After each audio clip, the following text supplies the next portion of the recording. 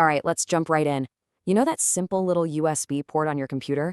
Well, it's hiding a superpower that, honestly, most people never even touch. Today, we're going to unlock it. I'm going to show you how to take full control of your PC by booting it straight from a USB drive. No, really, just think about that for a second. What if that tiny flash drive you've got rattling around in a drawer could do way more than just hold your documents? What if it was the key to installing a whole new operating system, fixing a computer that won't even start, or test driving something like Linux without any commitment? Well, the answer is it absolutely can. Yeah, with this one skill, you can do so much. You can install a brand new, clean copy of Windows, or finally dip your toes into the world of Linux. You could run some serious recovery software to rescue a computer that's on its last legs, or, and this is really cool, you can boot into what's called a live Linux environment to try it out without messing with your main hard drive at all. It's basically the ultimate PC Swiss Army knife, all on one little stick. Okay, so before we get into the how, we kind of need to understand the where. The main control panel that tells your computer how to start up is called its firmware. Now, I know that sounds super technical, but don't worry. It really just comes down to two types you're ever going to see: the old school BIOS and the modern UEFI. Let's break them down real quick. The easiest way to think about it is like this.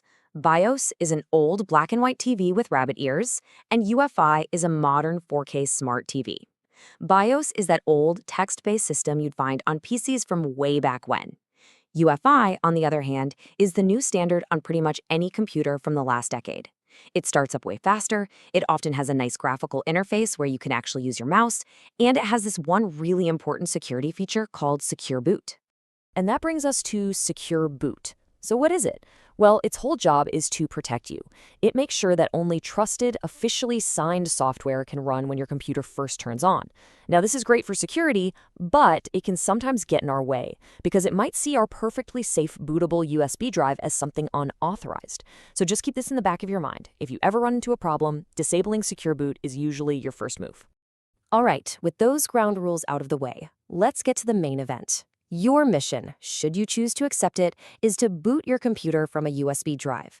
And I promise you, it is way, way easier than it sounds. It really just boils down to 5 super simple steps. First things first, plug your bootable USB drive into a port. Simple.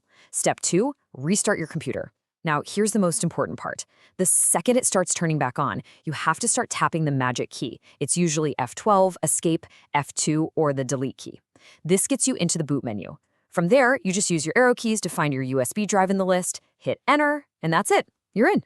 But what happens if it doesn't work? What if you do all that and your PC just boots into Windows like absolutely nothing happened?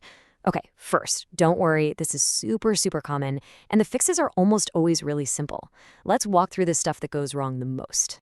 So yeah, this is the number one thing people run into. You restart, you hit the key, you even select the USB for the menu, and then you're just looking at your normal Windows login screen again. It feels like the computer is just completely ignoring you. But trust me, it's not. There's almost always a good reason for it. Okay, so the first roadblock you might hit is that your USB drive doesn't even show up in the menu.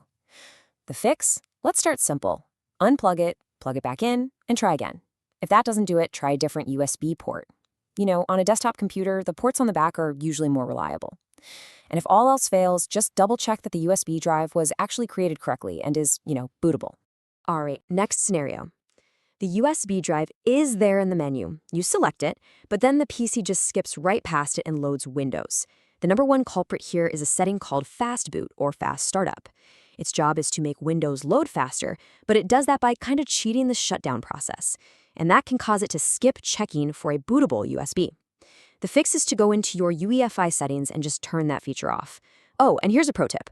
Always try to use that one-time boot menu key, like F12. It's so much easier and safer than going deep into the settings to permanently change the boot order. And now for the final boss of boot errors, the no bootable device message. This is when you select the USB and the computer basically throws its hands up and says, yeah, I see this thing, but I have no idea what to do with it. This is almost always a security or formatting problem. And like we talked about, your first step is to go disable Secure Boot. If that doesn't work, it could be a formatting mismatch. The simplest fix, and the one that works most of the time, is to just recreate your bootable USB drive, but this time make absolutely sure you format it as FAT32. It's just the most compatible format for modern systems. Phew! Okay, we have covered a lot of ground, right? We've gone from the why to the how to the what do I do when it all goes wrong. So let's wrap this all up with a quick debrief of the most important things to remember so you can get this right every single time. So if you only remember a few things, make it these. First, always try to use that one-time boot menu key. It's temporary, it's easy, and it'll save you headaches later. Second, for the best results, format your USB drive as FAT32. Third, if something isn't working, your first suspects should always be secure boot and fast boot. Go find them in the settings and turn them off.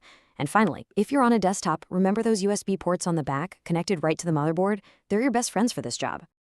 And you know what? That quote really says it all. This isn't just some weird technical trick for nerds.